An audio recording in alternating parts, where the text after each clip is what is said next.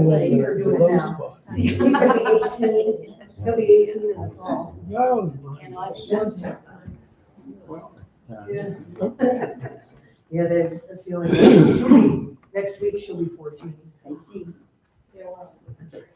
Well, good morning, everybody. Good morning. I want to thank you for letting me come into your church today and talk to you a little bit about safety and how to help protect yourselves here. For those that don't know me, I'm Tracy Zents. I'm the Director of Emergency Services for Jefferson County. I've been a lifelong resident of the county. Been involved in emergency services since 1987. So I've been doing this quite a long time, and it's unfortunate that we have to do sessions like this, but in today's society, we have to look out for each other, and it helps build that community resilience, making things stronger for everybody. Now, I will give you my little disclaimer. I'm sure you've seen the weather today, and there's a chance for severe storms and whatever. When I left Brookville, it was storming pretty good. The good Lord probably knew I was coming in to talk in church and be up here in the pulpit, and so he may be sending a message to me, maybe not to you folks, but wanted to get that out of the way just to start with there today. So what we're going to talk about today is protecting houses of worship, and what I'm going to give you today, you can take it for here to church, you can take it for your protection at home, if you're at work, on vacation. It's kind of encompasses all of that together. And I'm going to talk a little bit about the kind of all hazards, not so much just active shooter or active killer events, but I want to talk to you about, some other natural hazards too. So you're aware of those, and maybe it's a good refresher if you already are aware of that. Before we get started, do you folks have an emergency plan already in place here for your church or your charge? Do you have anything, or a safety committee? Let me ask that question. Not per se. Okay, that's fine. So what I'm going to do here today, I'm going to talk about some different things that you ought to look at. I'm going to give you a thumb drive when I'm finished. It has templates on there, how you can build a plan for yourself, and that way you can help your congregation and anybody attending the church know what they need to do in the event of an emergency.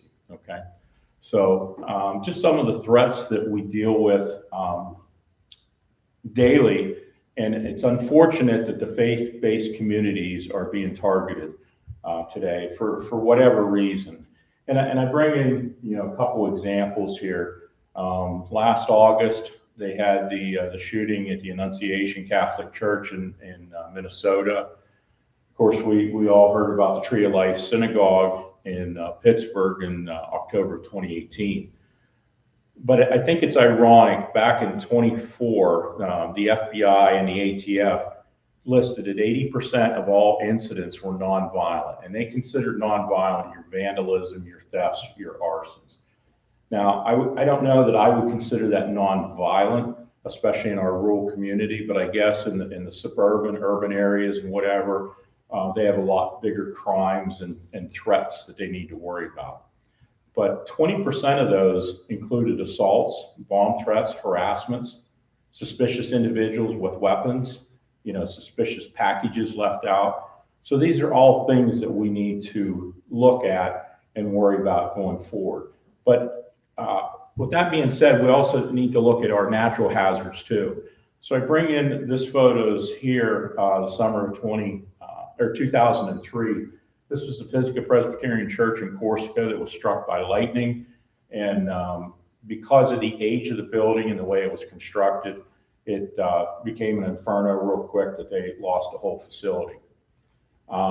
Maybe some of you knew about this one, the Albion Heights United Methodist Church, November 2019. Mechanical issues occurred that caused a fire in the church.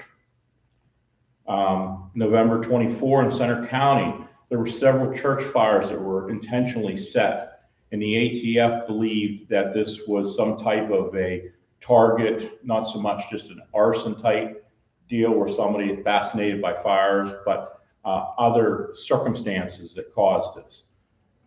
And then September last year, this individual here actually broke into the Reynoldsville Gospel Center, and he claimed he was sent there by God. to clean the place out. And I guess his motive for cleaning the place out was to take all the valuables and whatever. And then he turned around to try to cover his tracks. And he ended up setting a fire in a part of the building. It was kind of like an outbuilding, but it was attached to the church to try to cover things up. And when the state police actually caught him, that's what his claim was, that he was sent there by God. So what makes people think these things is unknown, but it obviously points to the mental health of our communities as well. I normally put things in that pertain here to Jefferson County, but I think it was important that they added this one here too from September of last year, where this gunman actually opened fire in this Michigan church, before setting it on fire. This was a Mormon church. So as you can see, we've had several different types of denominations in these examples I give you. So nobody's immune from that. Right now, with the conflict going on in Iran, the Jewish community is pretty much at risk by these lone wolf attacks, if you will. And then, of course, our cyber attacks because of what's happening over in the Middle East. So as a community, to help build resilience, we look at these different things and we look, how can we take and strengthen our security and our safety here? And it takes all of us. We look at our police departments and we look at our state police and first responders to be there when we need help. But it takes all of us to start with. So I'm hoping that what I give you today will help you build something out that can help protect your community. And we look forward to working with you as partners in the future. So a few things I want to talk about today. We're going to do like a kind of a self-assessment here of your church and see what hazards you should be worried about. I'm going to help you to develop that security and emergency plan. I'm going to give you tips how you can train your staff or volunteers or even the attendees that come to church and what to look for when something's going on. I implore you to work with your local first responders, and that would include your police, fire, EMS, the local emergency management officials, and then have a clear plan that you can communicate to your congregation so they understand, what they need to do for their safety as well. They're going to look at you folks or any church leaders that are the help to get them to safety. Especially ones that maybe not attend regularly, but they're going to look for you for guidance and so forth. So I'm hoping I can answer any questions. And at any time that you do have questions, please feel free to stop me and I'll be happy to help you. So some of the natural hazards that we worry about, of course, the severe weather is always a big factor. And we'll talk a little bit more about that. But the human caused technological hazards, that would be your accidents, your industrial things that occur in your community, cyber attacks. Do you have internet here in the church? Okay, do you have ways to protect that? So somebody does not hack into that, especially if you have any kind of financial records or whatever. You want to make sure you have a good firewall or good antivirus security, if you will, because these people take and that's what they do, is they work very hard to break into a system. And if you think about it, if those people work that hard to break into a system, think how much good we'd have in our communities if they put that to good use. And unfortunately, though, they don't want to do that. Suspicious packages, suspicious individuals and vehicles. If you ever seen a vehicle that was parked in your parking lot or a package that was left, you often wonder who that is or why that is. And I'm going to give you some tips on what to look for there. We're going to talk about the active shooting. And if you notice here on my slide, I have active shooting / killing, because the active shooter portion, where they use actual conventional weapons like guns and long rifles, shotguns, that's not the case anymore. It's still being utilized, but there's so many other things that are being utilized. We'll talk about that more in a minute. course, we just went through the pandemic here a few years ago, so health emergencies is always a scare. We're right now into the influenza, flu season that we have to be concerned about, and how those spread pretty quickly. And then I'm going to talk to you a little bit about new and emerging threats. And what does that mean? What does that new and emerging threat mean? And I'll explain that here in a little bit. So some of the natural hazards that we worry about, of course, we're in a time of year right now that we're getting into the summertime storms. And today's a good example of it. The forecast today is severe storms, especially this evening between 3 and 7. There's a potential for some severe thunderstorms to roll through the area. And if you're not familiar with it, make sure you look at your favorite weather channel for any updated information. But the one thing I want to bring up here about these severe weather threats, back in 2023, there were 409 weather-related fatalities. In 24, there was 568. We don't have the actual numbers for 25 yet, but from what I'm seeing, it's anywhere over 600 type of weather-related fatalities. And I wonder to myself, why is that? Because I'm sure all of you have phones, the smartphones maybe, and the technology is so much better because you can get apps on your phone that alert you for severe weather. The NOAA weather radios out there. In your community, you have the tornado sirens that'll sound in the event that there's a tornado, which is imminent coming into the community. So why do we have all these threats? I think we all need to do a better job. So if you don't have a weather app or something on your phone, you may want to look at that, because that is one of your early warning signs that there's a severe weather coming. Now, a lot of people think tornadoes is the absolute worst. Tornadoes can cause a lot of damage, a lot of death, a lot of destruction.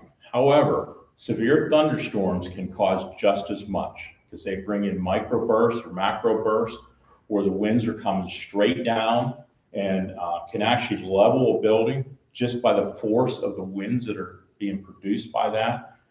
So we need to take those severe thunderstorm warnings to heart as well, as much as tornadoes, because they can cause as much damage and destruction as a tornado can.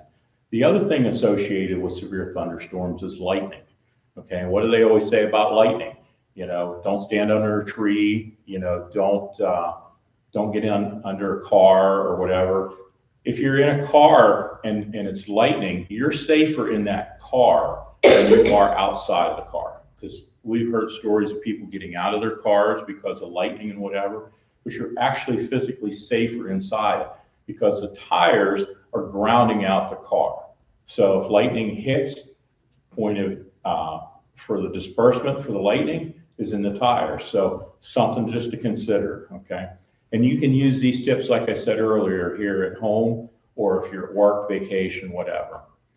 So I'm not going to go over every one of these severe weather events that we have in here, but as you can see here, I'm sure we've all experienced this here in the last year or 2 years. Sometimes a couple months ago, I think we hit all 4 seasons of weather here because of the cold, the rain, and then it warms up and then it cools down again. So a lot of different weather events occur in our area. So I would implore you, if you don't have that weather app or have a weather radio or something that can alert you for severe weather, to look into the investment of it. It's a very cheap investment, and it could help save someone's life in the long run. Okay, next portion. Does anybody have any questions so far? If I go too fast, please tell me slow down, because sometimes I start to ramble and I could talk for hours, my wife says. So just so you know, this is only going to be about a 6-hour class today. No, I'm just kidding here. So anywho, when we talk about fire, life safety is always the first consideration. And a fire can occur anywhere. As you can see some of them pictures that I showed you there, Pisgah Presbyterian Church, for example. I was a fire chief when that church caught fire. And I never seen a church or a building of that nature burn as quickly as that one did. But afterwards, I come to realize when we were doing the investigation of it, why it burned so quickly. Being it was an old structure that was built in the 1800s, over the years, done a lot of renovations, and because the age of the church and the way it was built, it kind of shifted in some way. So to bring that all back together, back around the turn of the century, they opened up the walls and they put a turnbuckle system in there, where turnbuckle system is taking a wire at one corner, bring it down to the other, so forth, and getting it back square again. All right, so they did that to the walls and they did that into the roof to help, stabilize that church. But what happened was when lightning struck that bell tower, it energized every part of that building at one time because of that turnbuckle system, okay? So that's why we say, if you smell smoke, fire alarm goes off, whatever, get everybody out. Even if you don't see anything right away, get everybody out and to call the fire department, because a lot of underlying factors can happen. So this church here, does anybody know when it was built? 1893. 1893? Okay, so there's a possibility that over the years, things have changed and some of them structural stabilities were put into place too. So that's why you always take those fire alarms or them detector activations pretty seriously. So we don't want you to assume that somebody's called 911. We actually want you, if you're able to call 911. Get out of the building, report the location of the fire, give your name, callback telephone number, it could be a cell phone, whatever, and describe what's going on. If you're trained in the use of fire extinguishers, to use it, especially if it's no bigger than a wastebasket or something that you can control with that fire extinguisher. If you're not sure and you have doubt that you can do that, just get out. Because again, life safety is the most important. I'm looking around the room, I don't see smoke detectors or I see emergency exit signs, but I don't see fire extinguishers. Do you have any of that in the church? There's fire extinguishers like everywhere. Okay. Do you have smoke detectors in here? I don't think so. I just said to him, I don't think we have any of those around here, but we may have to be doing some investing. All the more money that they cost, and especially the 10-year ones where you put the battery in for 10 years and then you don't worry about it for that long, those are a good investment. And maybe it's something that you put in a common hallway, that if something's happening in the back of the church while you have services going on, smoke rises, so it'll pick up that and then it'll start sounding.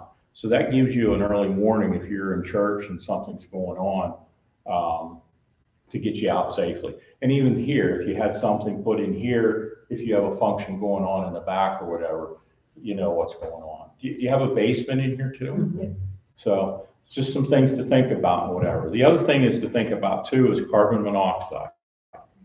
How do you heat the place? Is it Gas. natural gas? Yeah, gas, hot water. Gas, hot water. Okay, so there's a potential that you could have carbon monoxide as well. Carbon monoxide is caused by the incomplete combustion of natural gas. So if you look at the flame on your furnace or whatever, and if it's orange, there's that potential that it's not burning everything, and that could put out carbon monoxide. If that flame stays blue, then you're good to go because it's actually combusting all of it.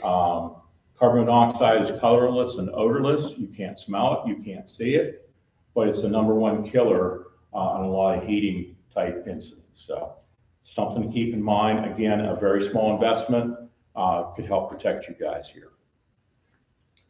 Okay, medical emergencies is the next one here. Do you folks have an AED in the building? Do you know what an AED is? Yeah. Do you folks have one in here by chance? Grace does. I'm sorry? Our church does. Yeah. Okay, but not one physically here in the building. First aid kits, I know I just gave you a couple, and I believe there's a couple of folks here from another church, is that right? See me before you leave, because I'll give you some for your church as well there. But those are some things that you may want to think about having here. is having, first aid kits, having people trained in CPR, first aid, just some basic stuff here, because you folks will be the help until that help arrives. I know you said about the ambulance station having an AED, they're a few minutes down the road, but what if something's going on and they're busy with other calls and now you have to wait, okay? We're restarting a heart within 4 to 5 minutes is very, very important in a cardiac arrest situation, okay? Same way as knowing CPR, because if you know CPR, you can start that almost immediately and be able to perform those skills until the arrival of EMS, all right? Now, I'm not taking any shots or anything away from our local ambulance service. We got a lot of dedicated people that work there. They're running all the time. The problem is in the first responder community, EMS and fire ranks are dwindling, and pretty much at a rapid rate, okay? There's not much pay involved for that, and the ones that are still doing it are very, very dedicated to it. So that's why I'm saying to you folks that you are the help until that help arrives, because you may be put into action until they get here. And I'm going to tell you, when you call 911 and report that emergency, it's going to seem like it's taken forever for that ambulance to get here. And it's going to seem like the dispatchers are on the phone with you forever too, and you think that they're delaying that dispatch. But as I'm going to talk to you here in the next slide here, that's not the case, okay? And there's that misconception out there with how 911 answers the phone. So when an ambulance is needed, of course, you're going to call 911. And the first dispatcher is going to pick up. They're going to ask you the location of the emergency, what's going on, the nature of the emergency, your name, callback number. If it's a medical emergency, they're going to ask you, male or female, and if you know approximate age, and they're going to say, ask you, some more questions about that. Now, excuse me, when that's occurring, there's actually 2 dispatchers that are listening on that call, okay? Where you don't hear the one, you're going to hear the other one saying, okay, stay in the line with my partner. They're going to ask you a few more questions. And that's when we come into the emergency medical dispatch instructions, or EMD, if you ever heard that terminology out there. But what that second dispatcher is doing is asking you more questions about the condition of the patient, and then they're going to give you some life-saving skills over the telephone on what to do for that patient. They'll give you instructions on CPR. They'll give you instructions on bleeding control. They'll give you instructions on airway control, making sure that the person's airway is not obstructed. If you have somebody going into childbirth here, they're going to tell you how to deliver a baby. And these are all things that we've done with our program in there, and it's been very, very successful. These are just some things that we're doing to help with that EMS crisis as well.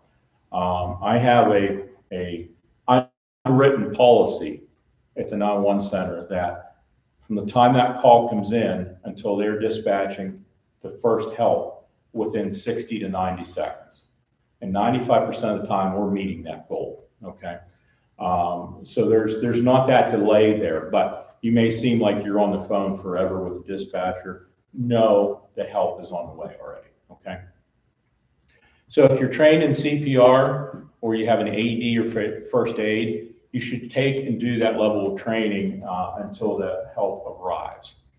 Now, I know you said you don't have an AED in here, but know where your first aid kits are. Okay, if you have other first aid kits other than the ones that I give you here this morning, you want to put up a sign or something that says this is where the first aid kits is. Even the fire extinguishers have that marked out, and I'm going to show you more about marking those locations and what to do for those folks here.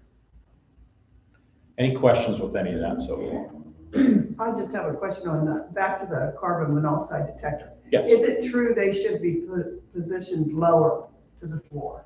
Is that true? So carbon monoxide is like smoke. It rises, and when it activates at a level that's, I don't want to get into the technical terms of it here, but the NFPA, has so many parts per million when that that carbon monoxide detector is going to activate. If you put it too low, you're going to have some natural carbon monoxide, when it fires up, the stove or whatever, where everything's not being burnt, but it'll dissipate quickly as long as your system is hooked up right, that it vents properly now. So if you put them up on your wall or on a ceiling and so forth, they'll still work as well as the smoke detectors do. Okay, and they'll go off at a level that's getting close to being dangerous, but not so much dangerous, if that makes sense to you. Okay. Okay, talk about suspicious packages, and we've dealt with quite a few over the years, and we've dealt with some of them here just recently too. Suspicious package can come as a package, it could come as a letter format. There's a lot of different things that comes in. Now, the U.S. Postal Service is very good about screening out of the letters and so forth coming in, but some do skip by them. All right, so that's where we have to be very cautious. Last month, we received a letter in our county offices from an unknown source that the stamp on that letter was turned upside down. It was specifically addressed to one of the county officials, and it had a symbol where your return address is that looked somewhat like a foreign country's type symbol that they would have. Okay, all it was inside that was a piece of paper. Now, was that piece of paper contaminated with something? We don't know. We took the precautions, we bagged it up to our law enforcement and sent it to the lab to be checked, and we're waiting on test results. But if that could happen anywhere, okay? A couple months before that, there were several counties that received letters the same sort. We had that happen back when Obama was first elected. We had a letter that was sent to multiple courthouses. Jefferson County was one of them. And when you open the letter, it says, "Can you spell anthrax?" Okay. Now, I'm sure you've all heard of anthrax before, and some of the threats after 9/11, and even before 9/11, with how much of a killer that is. There was even Tide took and decided right after 9/11 to send samples of their products out to millions of consumers out there, just as an advertisement thing.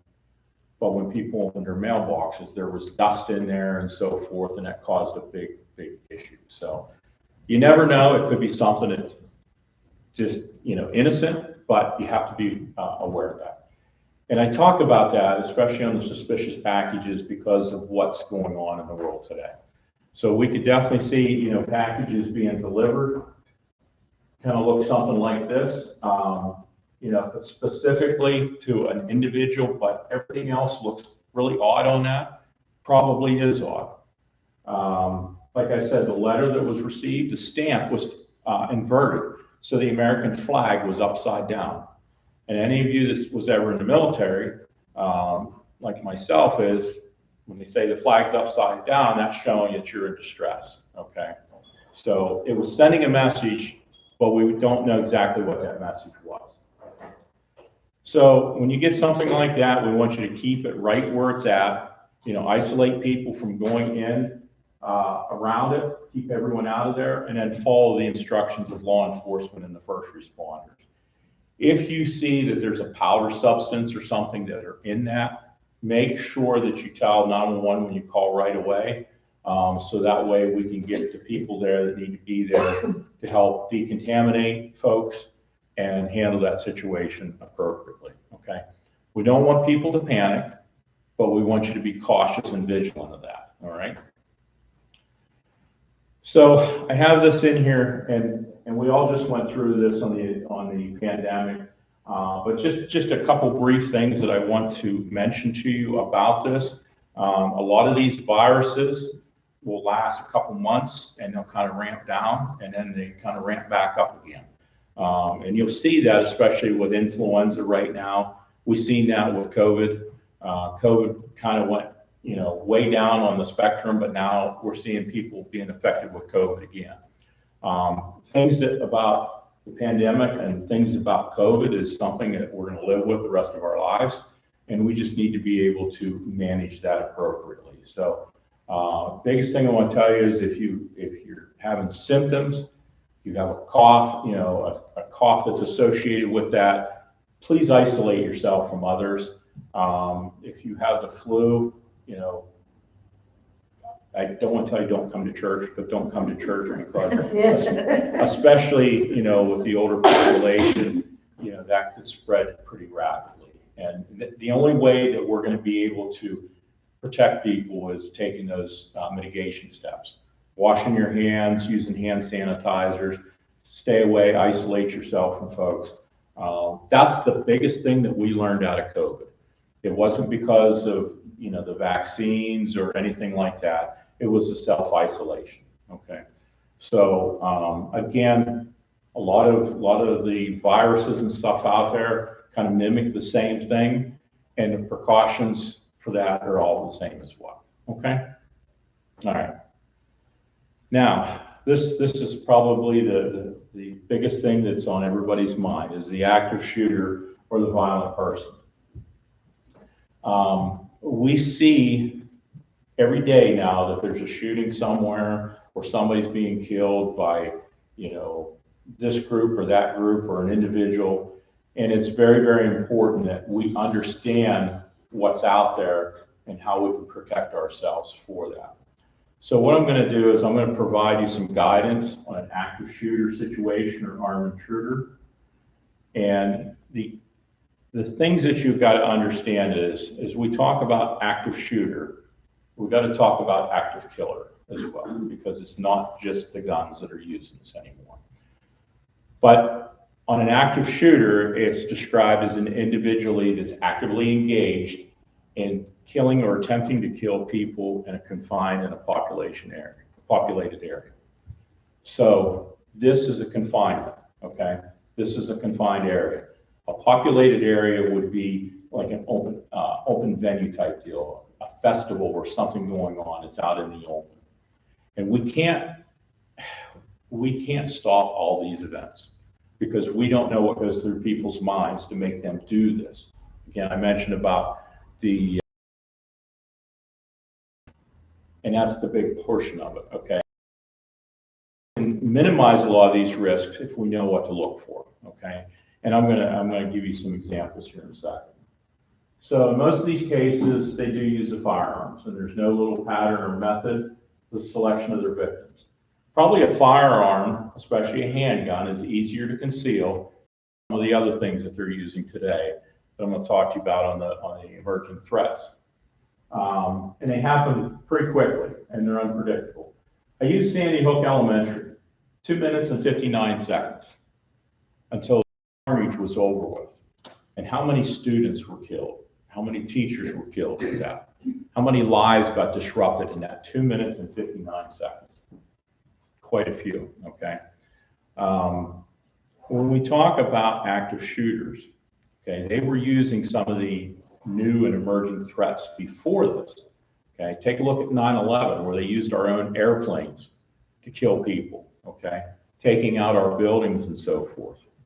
Now we have to worry about using vehicles and ramming through barricades, you know, when you have festivals or something going on.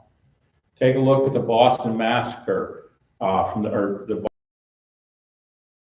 they're using a home pressure cooker.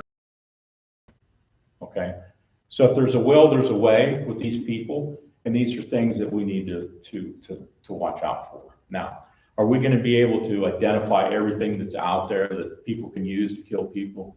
No, we can't. But if we're walking down the street and we see a pressure cooker sitting beside a garbage can or in a garbage can, why is that there in the middle of a populated area? Okay, why is somebody in the middle of summer when it's sweltering hot wearing a long trench coat walking a crowd of people? Okay, some things to keep in the back of your mind. Okay, so these violent individuals or these active shooter situation, most of them's over within 10 to 15 minutes. And it's usually prior to law enforcement coming.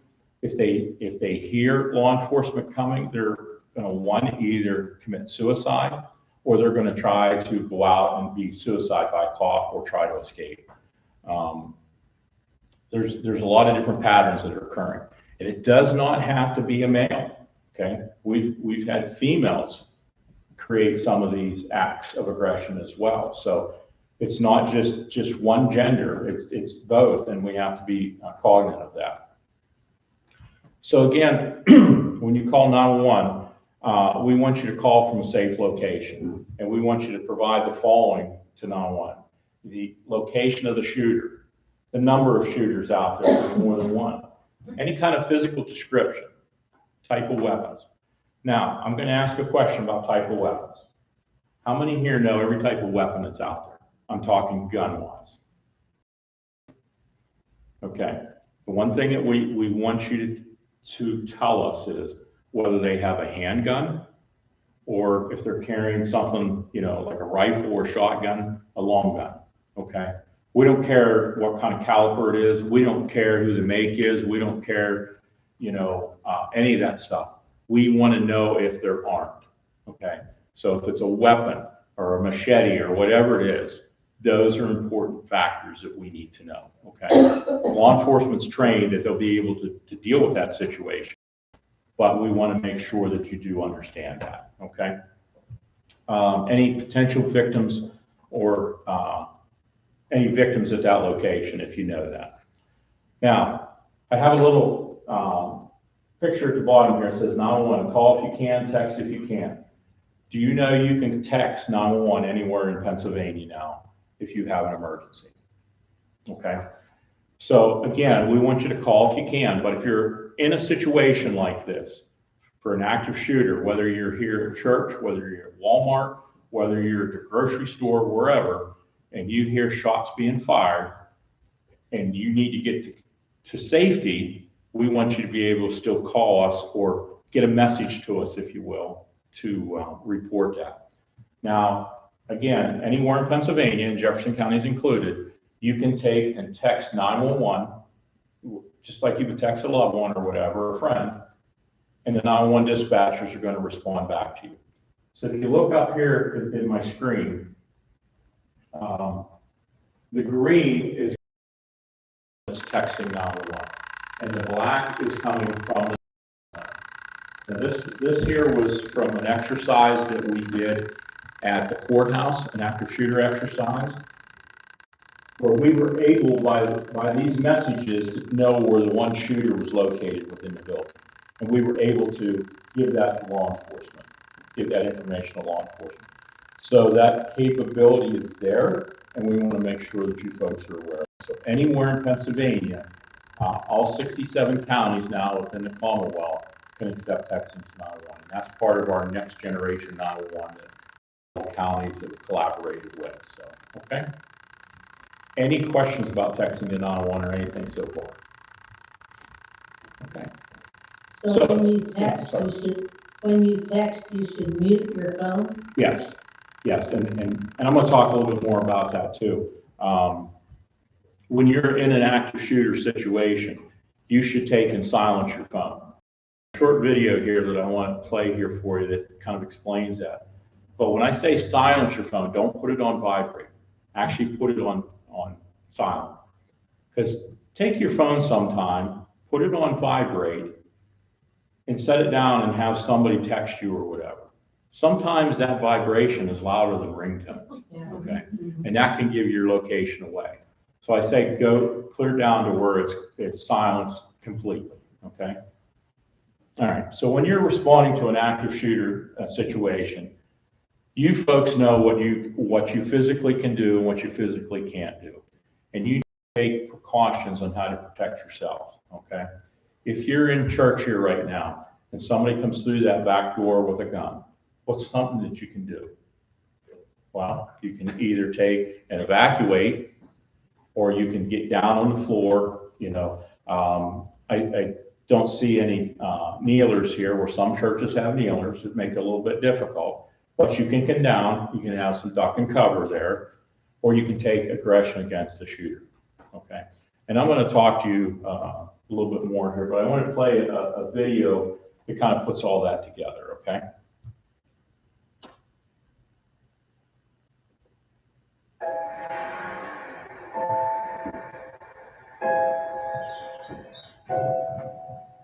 It may feel like just another day at the office,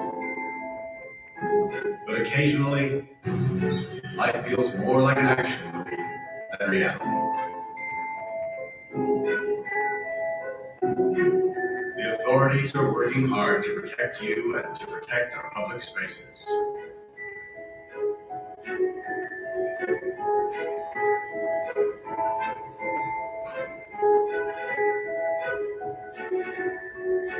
But sometimes, bad people do bad things.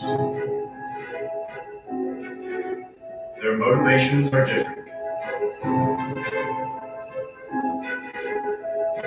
The warning signs may vary, but the devastating effects are the same. And unfortunately, you need to be prepared for the worst.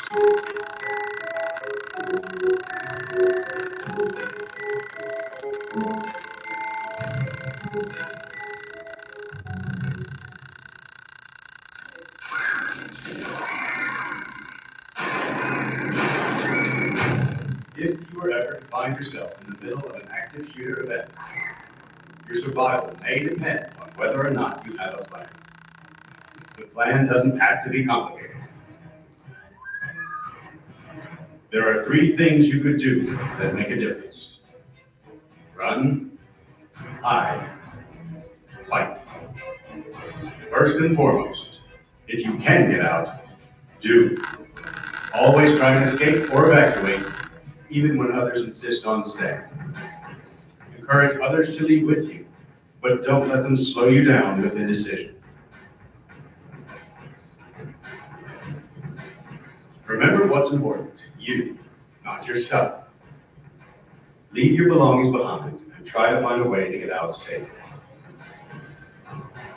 Trying to get yourself out of harm's way needs to be your #1 priority. Once you're out of the line of fire, try to prevent others from walking into the danger zone and call 911.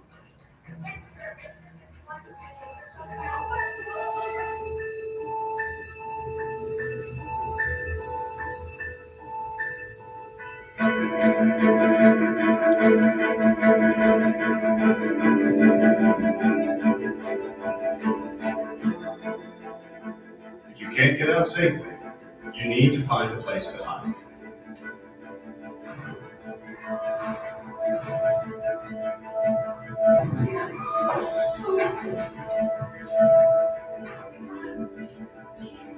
Act quickly and quietly.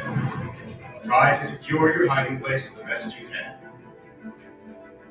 Turn out lights, and if possible, remember to lock doors. Silence your ringer and vibration mode on your cell phone. And if you can't find a safe room or closet, try to conceal yourself behind large objects that may protect you. Do your best to remain quiet and calm.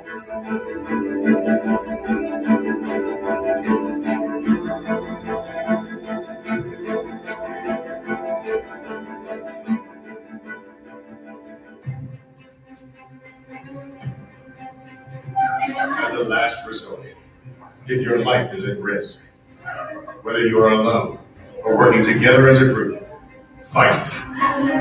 Act with aggression. Improvise weapons. Disarm. And commit to taking the shooter down, no matter what.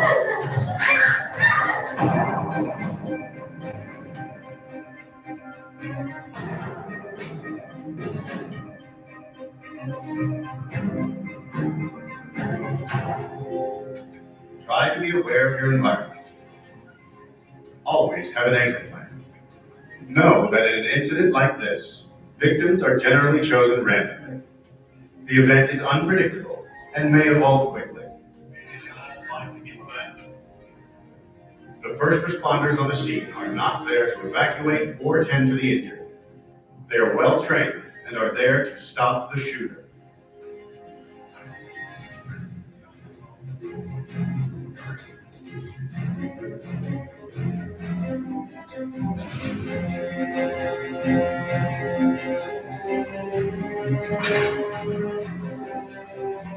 Your actions can make a difference for your safety and survival. Be aware and be prepared. And if you find yourself facing an active shooter, there are 3 key things you need to remember to survive.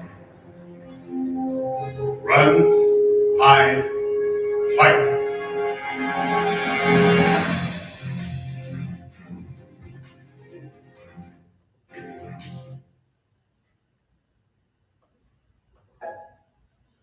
Okay. Just kind of recap a little bit about that. Excuse me. When law enforcement does arrive, you want to remain as calm as you can and follow their instructions, okay? As it mentioned in the video there, put any kind of items that you have in your hands down and keep your hands up, okay? Because if you have something in your hand, when law enforcement comes in, or they're coming close to them back doors, and you try to tell them where the location of a shooter is with your hands, don't ever go like this or point. Why is that? Because they think you may have a gun in your hand. The biggest thing is you got to remember is those law enforcement officers, while they're very much trained, their minds are running 1,000 miles a minute, and they're going through every plausible type scenario that they can think of as they're coming in. So they have to make them split-second decisions on what to do to neutralize that threat. Okay, so you want to keep your hands visible at all times. It's okay to say the shooter's in the back, back room or whatever, but try to keep your hands visible and avoid any kind of quick movements. Avoid pointing or screaming, and don't try to stop the officers to get help, okay? You got to get out of the way. They're going to come in, they're going to work on trying to neutralize that threat. They're not going to tend to any of the injured, which I know seems a little morbid for a first responder to just go right past somebody.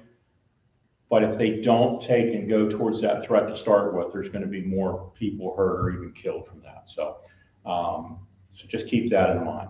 If you see any weapons that are dropped, leave them where they're at, okay? Don't touch them, all right?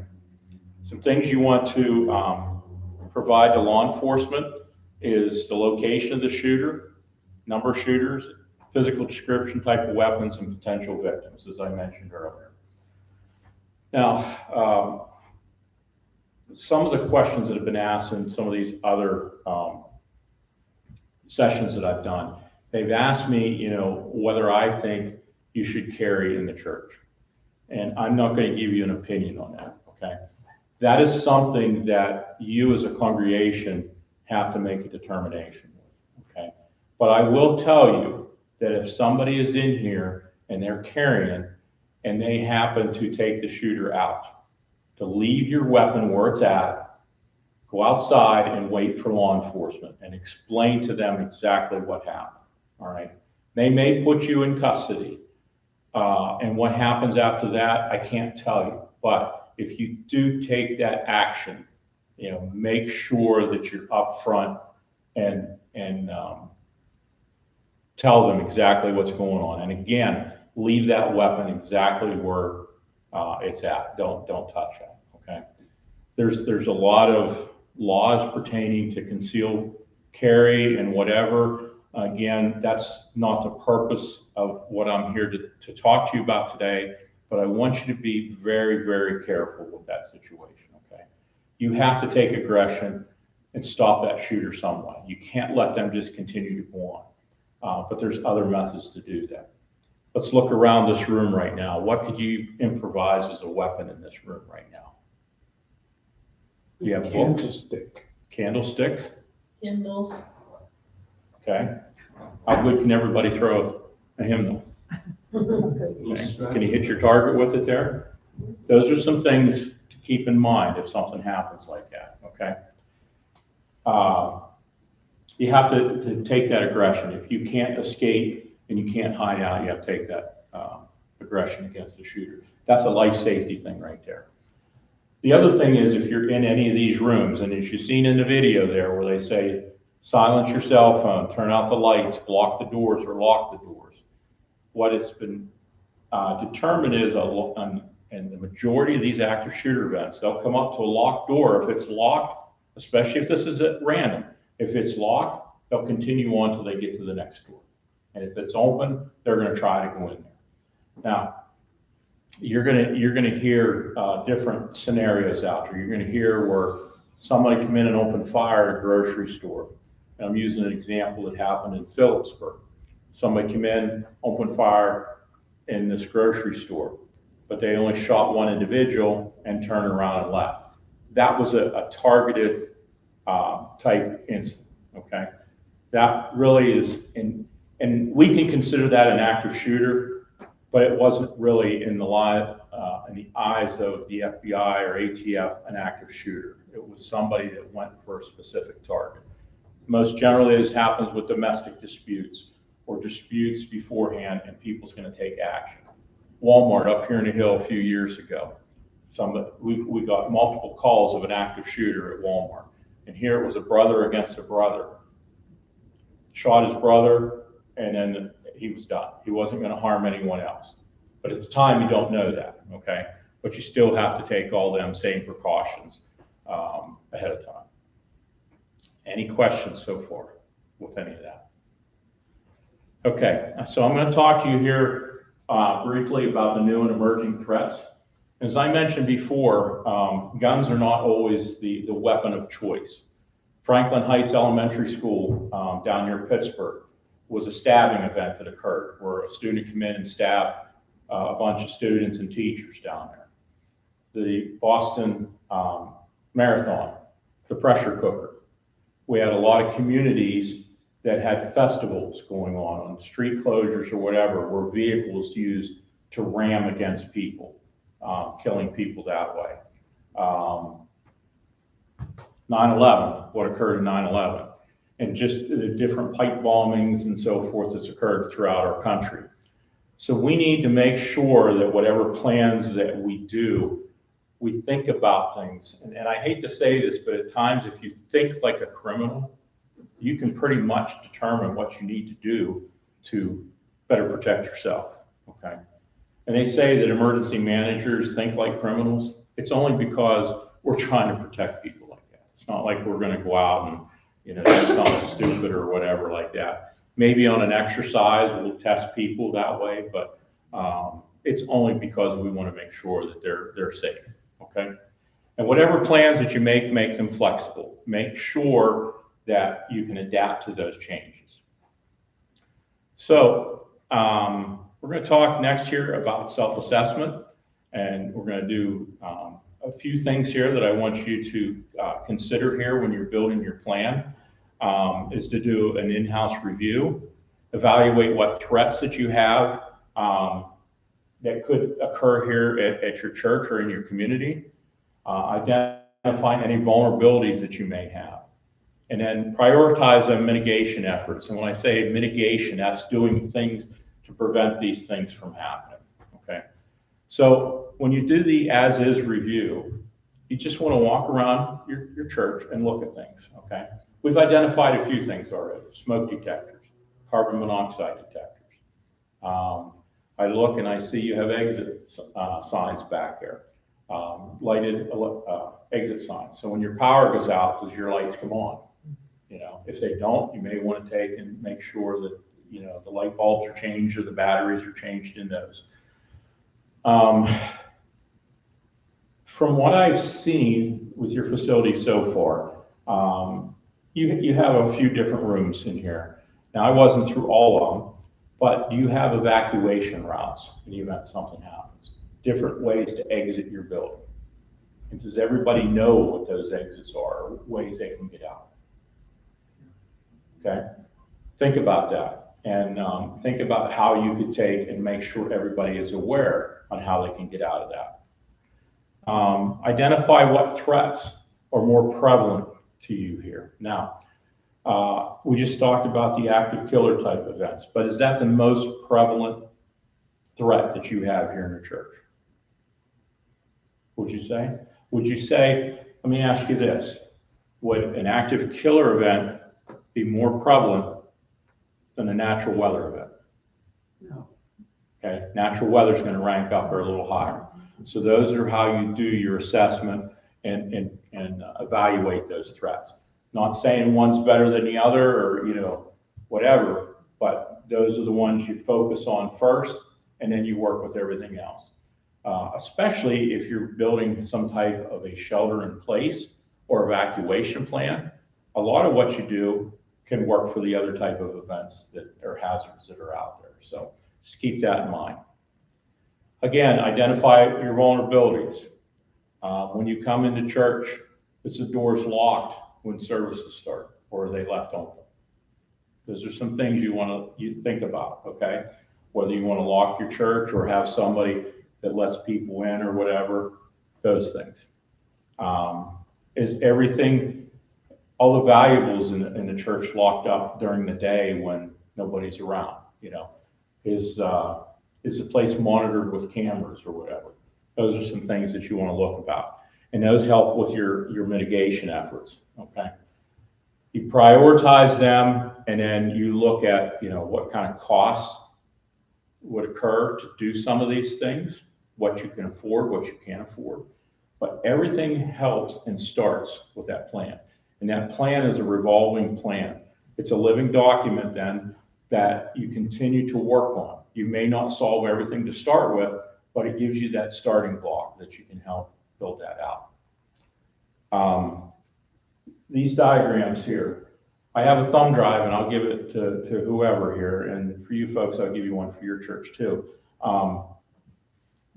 This has these plans already in place here. They're a template that you can go in and you can build that and put your specific information in there. And then share that with your church leaders or your parishioners and so forth, because that way they have a better understanding what you think is the best method for them, okay? One of the other things that we'll do, and I'll show you an example here in a minute, is evacuation diagrams, okay? I'm sure you went to a doctor's office before or went somewhere where you're sitting in the waiting or the exam room and looking around, and they have a little piece of paper on there with the layout of the building. It says, you are here, this is, you know, to get out type deal. Something you want to consider here. Very inexpensive to do, something you can do in-house. And you can put that all as part of that plan. So what I'm going to suggest to you is to identify a planning team who will work to put this all together. And then I want you to work with your subject matter experts, or SME. Who do you think are subject matter experts to help build an emergency plan? Well, I would say probably your police departments, especially for an active shooter event, what they think that you should do for that plan. How about your fire departments, you know, for an evacuation or placement of your smoke detectors or carbon monoxide detectors or whatever. EMS, what they suggest maybe you should have here at the church, you know, a first aid kit or an AED or, you know, CPR masks or something like that. Put that all together and identify any kind of risks that you have with what we talked about, putting that plan together and then going over that plan regularly, like doing some training or testing or exercising. Those are all important because that way you remember what's going on in that plan. And it's more apt that people are going to look at like them diagrams that I talked about when they're in here, and it's going to click with them. It's going to stay in their mind. So if something does happen, they're going to say, I remember that says we need to exit this door, we need to go here, or we need to shelter in place here. Identify the responsibilities. Who's going to do what? Okay. Who are you going to charge to put all this together? But have everybody's input is valuable and important. The mental health aspect. Do you have anybody that belongs to your church here that works in mental health? Okay. So they're going to look up to you for some guidance on some of these situations. How can you de-escalate that situation? Okay. There's a lot of groups out there that you can call to do that, but when you're faced with that right off the bat, how can you take and try to de-escalate that situation? Because again, mental health is very, very important when we're dealing with a lot of these type of situations, especially with the acts of aggression and whatever.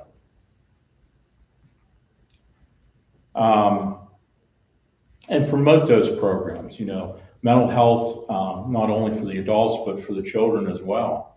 You know, child bereavement and traumatic grief. Somebody passes away in the church, and maybe there's children that look to them as, you know, they have a lot of respect for them or whatever. How are they going to deal with that grief? I don't know if you have a lot of children that go here or not, okay? But that's just something for the future then too, if you don't, to think about those things. Any kind of intervention for families and children after disasters.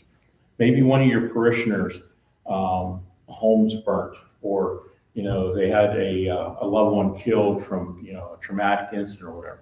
What kind of support as a church community are you going to give them? Those are all things to help with that healing process and that mental health awareness.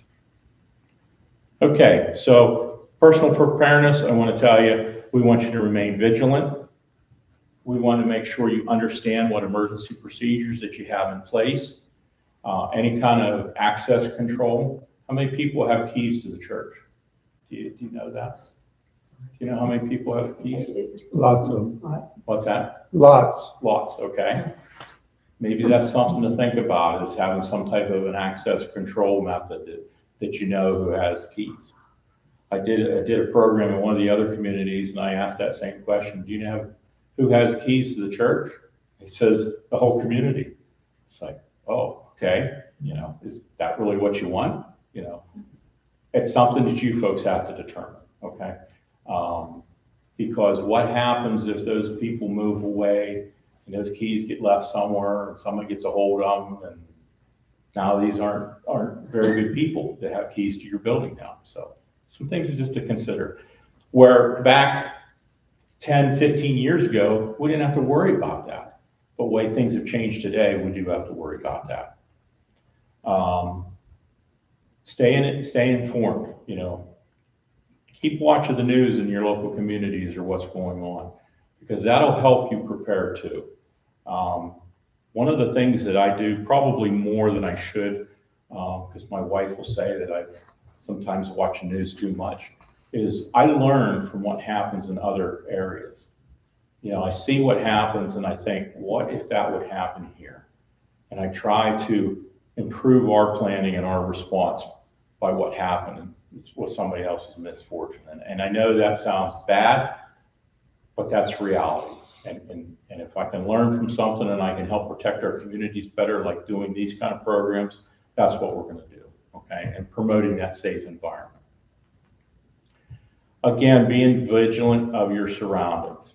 Know what to do. You know, if you come into church and you know, pull in the parking lot and you see a suspicious vehicle or somebody sitting in that, what are you going to do, okay? You're going to pick a phone up, you're going to call 911, and you're going to report it to law enforcement, especially if nobody knows who they are. Have them check it out, okay? It may be nothing at all, but I'd rather it be nothing than something in the works, okay? Packages left that there's no markings on it, or there's cryptic messages or markings on that. Be aware of those, okay? And we want you to say something. This was a campaign that we put out years ago in conjunction with the nationwide campaign. It says on there, the very first sentence, who knows your community better than you? Okay, you folks live here. I live in the county. I've lived here all my life. I don't live in Punxsutawney though. I come to Punxsutawney quite often. However, I don't know all the surroundings, okay? So you may have something delivered here, and I look at it, and I may think, well, that looks out of place, but I don't know that. But you folks would, okay? So that's why it's important to be vigilant, keep an eye on things. And bottom line is, we want everybody to live life to the fullest. We don't want you to worry about things, but we want you to be vigilant, okay? Any questions on any of that? Okay, so the last part of this program here, I want to talk to you about some of the emergency procedures and your exits and location of your first aid and emergency supplies and so forth, and actually knowing where you're at, especially when you call 911. When I say about knowing where you're at, you would be surprised of how people in a chaotic situation can't tell us what's happening, okay? And it happens to everybody. It happens to everybody. So these little tips, if they stick in your mind, they may help you then going forward. So know where your emergency exits are located, your first aid kits, evacuation routes.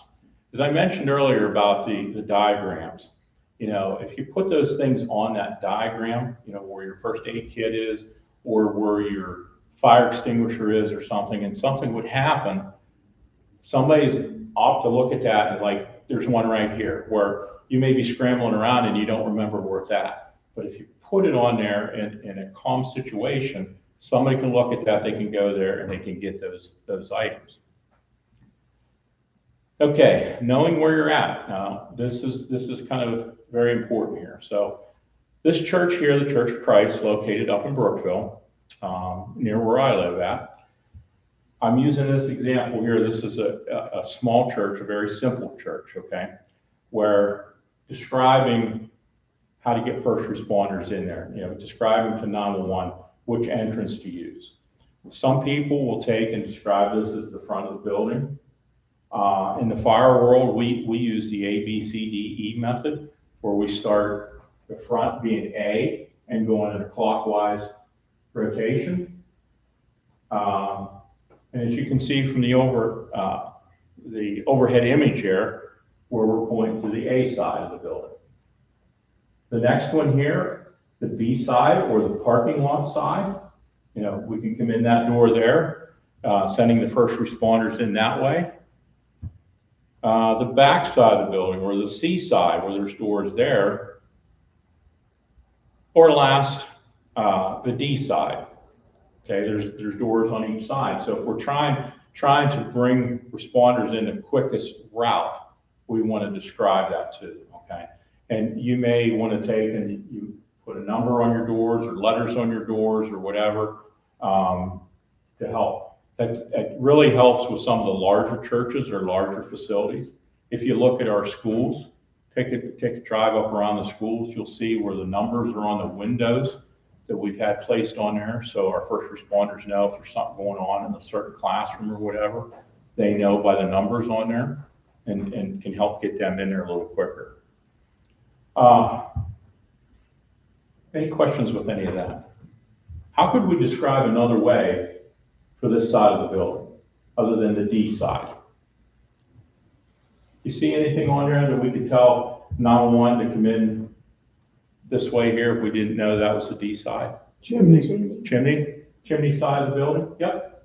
Covered porch side, it has the chimney on there too. So just little things that will help, and we relay that then to the first responders. Now, this is a diagram that we did for the Presbyterian Church in Brookville, and as you can see, it's kind of a large building. Not square by any means, and we helped them identify the areas in the building where their AEDs, fire extinguishers, and evacuation routes are, okay? The other thing we added to that is an assembly place. Where do they go in the event of an emergency when something's going on in the church, okay? So we helped them by each one of the rooms have an evacuation route there. We had the diagram at the bottom, which is very simple to do. And then we put the location where they have the AED, fire extinguishers, and so forth. And if you post this at each one of the rooms, if you're sitting in there and you're not really paying attention to what somebody's saying and you're kind of looking around or whatever, you look at that. You look at that and kind of study it just for for a minute, and you'll remember those things because you'll look for that all the time. This is another one that we did at the Holy Trinity Church. This was their parish hall. Again, we had the evacuation areas laid out for them. the location of the fire extinguishers. And like I said, this was in their parish hall. And then this was actually in the sanctuary of their church, where we listed all that. Okay, so it's very simple to do. You don't even have to have a drawings like this, even hand drawings, something at all will help put this together.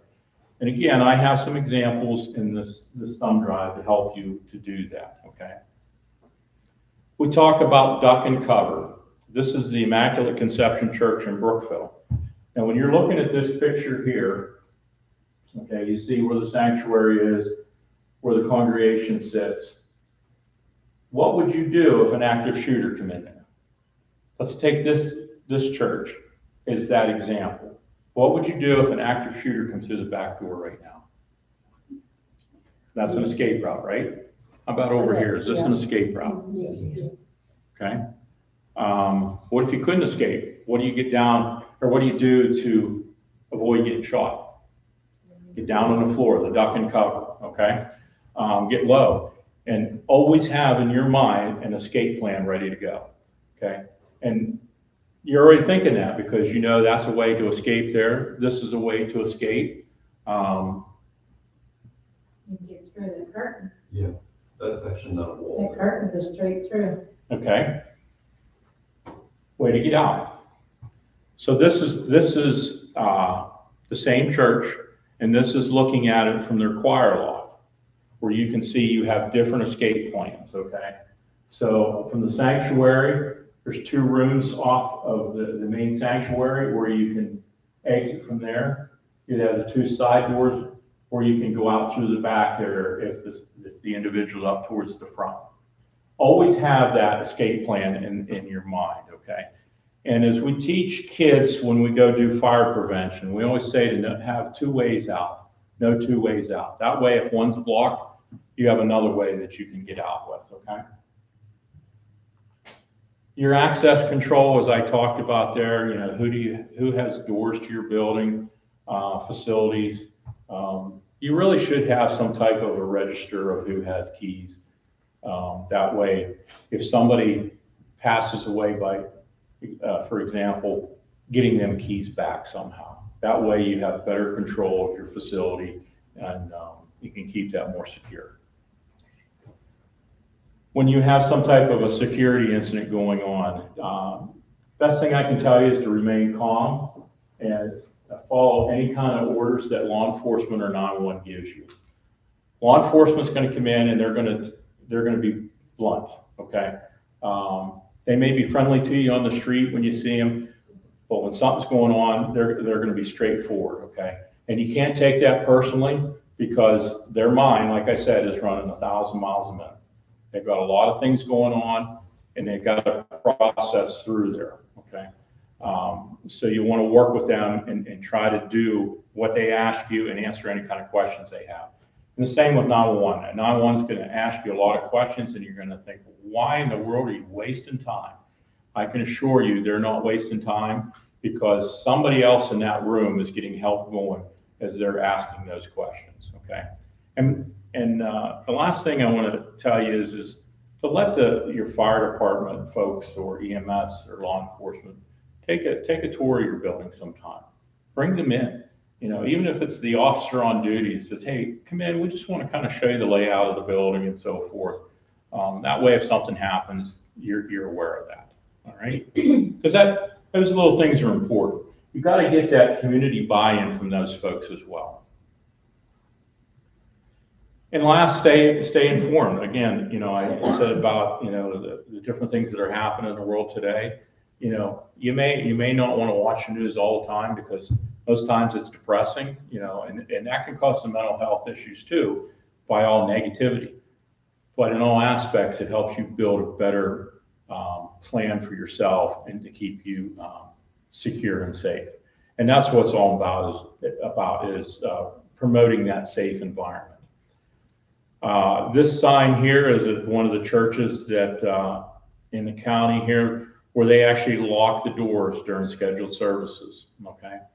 But they have a way for them to, if they come after the doors are locked, knock on the door or whatever, somebody meets them and make sure it's safe for them to come in, okay? I'm not gonna tell you to lock your church down. That's something that you folks have to determine what is the best course of action for you folks. But the bottom line is it's the brainstorming and the community resilience to pull all this together, okay? And that's what I'm hoping with this presentation today that we were able to do for you folks, is to give you a lot of good things and to help you pull this together, okay? So the next portion of this here is any discussion that you have or any concerns that you have, all right? And just by us coming in here today or myself coming in here and talking to you about it, this isn't a one and done type thing. You need help with this, we're a phone call away. That you can pick up the phone, call us, we'll help you with that planning. We'll help you bridge them gaps if you don't know who to talk to for your first responder community, to help you get those things that you need to keep you safe. Okay, any questions? Any questions? Yes. I take care of a house that has fire extinguishers with carbon monoxide combined. Are those good to use, or should you have separate ones? So most of what I'm seeing right here, you know, your ABC extinguisher, like a 5-pound extinguisher, something that is small enough for you to use, or people can use them pretty easily, is what I would suggest. Do you have a kitchen in the church by chance? Do you do meals and so forth here, or you know, have fundraisers and so forth? What do you have as far as your over your stove? Do you have like a fire extinguisher system or anything like that? No. Okay. Maybe what I would suggest is a little bigger extinguisher there, something that would work for grease fires as well. That way, if you have a fire because of grease, that'll actually put out the grease fires. You don't want to use something that'll push that